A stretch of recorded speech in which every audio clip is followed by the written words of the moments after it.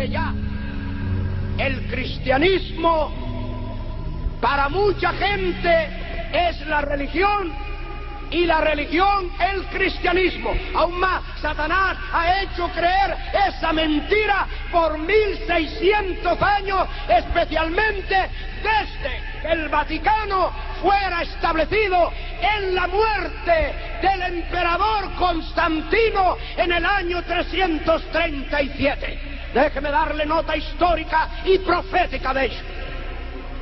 A la muerte de un emperador que nació pagano, vivió pagano y murió pagano, a pesar de lo que la historia le haya dicho a usted, a pesar de lo que los historiadores hayan declarado de su conversión a Cristo, a pesar de las fantasías y encantaciones por encantadores, agoreros, adivinos, que en el nombre de Cristo, como falsos profetas, no solamente distorsionaron la historia, no solo de Israel, no solo de la Iglesia, pero aún la historia de esta nación mexicana.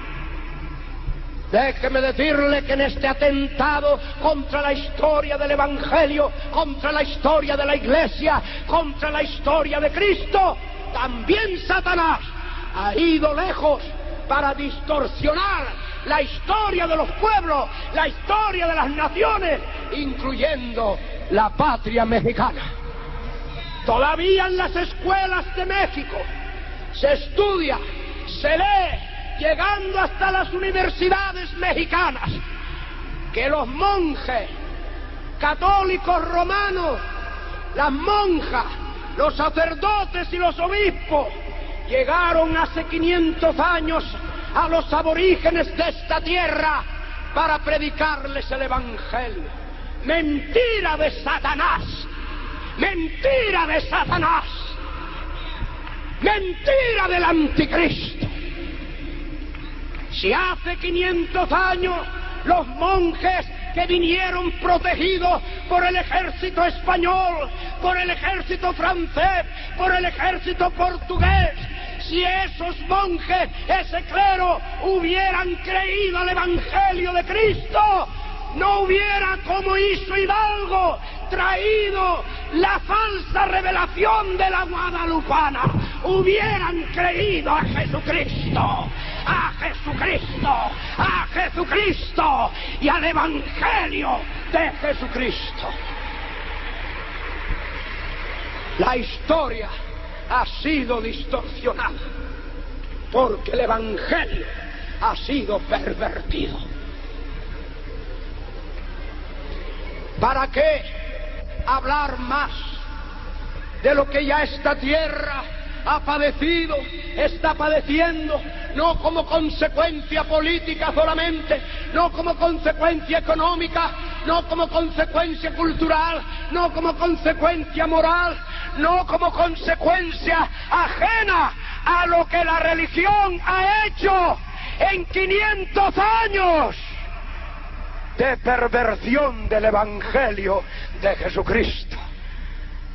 No hubiera habido guerra.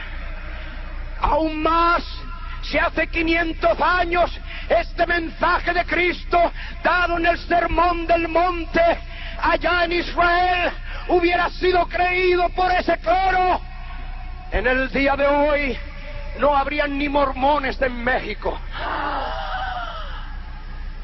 En el día de hoy no habrían espiritistas. En el día de hoy no habrían santeros. En el día de hoy no habrían encantadores, adivinos, agoreros. Lo que es más grande en el día de hoy, ni siquiera el gobierno hubiera tenido que gastar dinero en rehabilitar drogadictos o en combatirlos en las montañas de México, porque todo eso ha sido producto no de la política, no de la sociedad, pero de la religión que pervirtió el Evangelio de Jesucristo. Alabe a Jesucristo. Si usted ya ha creído el Evangelio, usted sabe lo que se está diciendo. Usted ha sido testigo. Usted ha sido testigo de lo que aquí se declara por el Espíritu de Dios. México ya no necesita de programas de rehabilitación. Tiene demasiado, si usted no lo sabía. Hasta el diablo tiene sus programas de rehabilitación.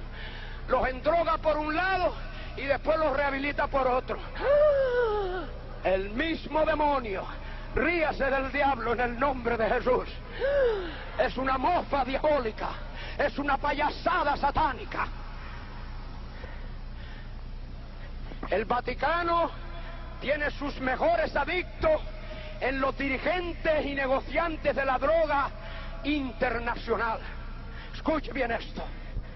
Segundo, son los fabricantes de licores más fuertes económicamente y tecnológicamente. Las destilerías más avanzadas las tiene el Vaticano. Y después tiene centros de rehabilitación para alcohólicos, incluyendo Alcohólicos Anónimos, que fue fundado por los jesuitas a escondidas. Ahora oigan los Alcohólicos Anónimos. Esto se revela por primera vez en Tijuana. Óigalo los Alcohólicos Anónimos. Óigalo el obispo de Tijuana. Óigalo el pueblo católico romano. La insidia, la conspiración, la perversión, la distorsión, la falsedad, la hipocresía, ya no solo hasta los sentidos y la conciencia humana, pero ahora hasta el alma del ser humano, hasta el alma del ser humano. Escúcheme bien. Jesús dice, por sus frutos los conoceréis. Estoy dando a conocer algunos frutos.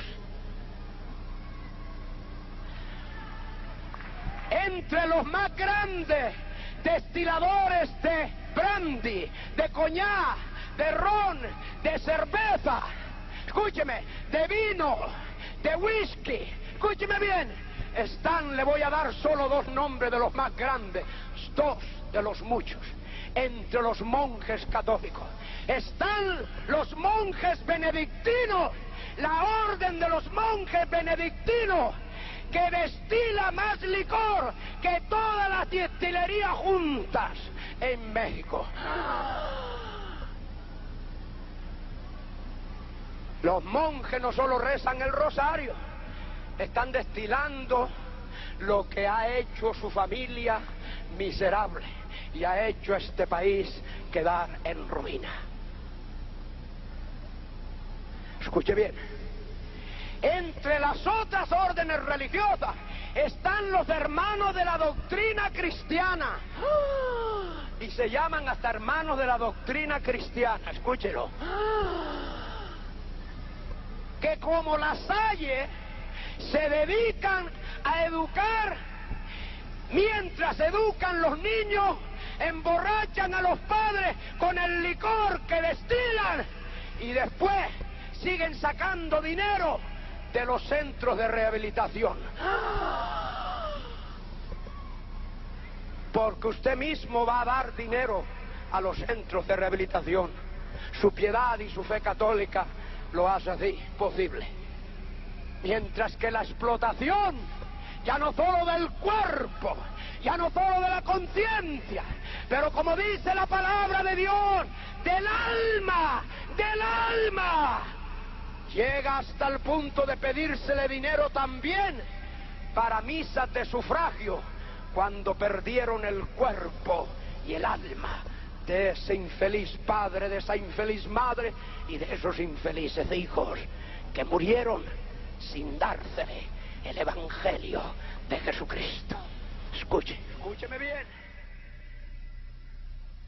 Se quiere hacer una sola iglesia, una sola religión oficial, como Constantino la hizo desde el principio, adoptando al catolicismo romano como su hija. No fue al cristianismo. Constantino no se convirtió.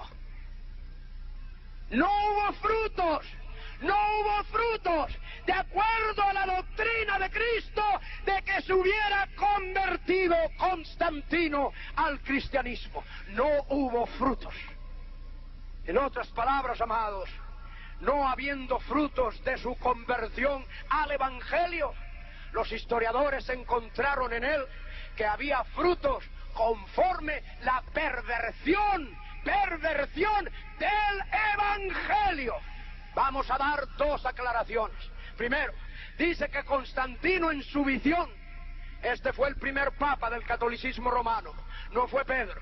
Pedro nunca estuvo en Roma, Pablo fue el que estuvo en Roma, escribió antes de llegar a Roma hasta una carta que está en el Nuevo Testamento, está en la Biblia católica, la epístola a los romanos, y cuando él escribió esa carta, señala a muchos de sus compatriotas, a muchos de sus condiscípulos, pero nunca mencionó ni siquiera a Pedro, mucho menos le mandó saludos y mucho menos se dirigió a Pedro como papa, ni lo mencionó en toda su carta. Vamos a dar dos aclaraciones. Primero, dice que Constantino en su visión, este fue el primer papa del catolicismo romano, no fue Pedro.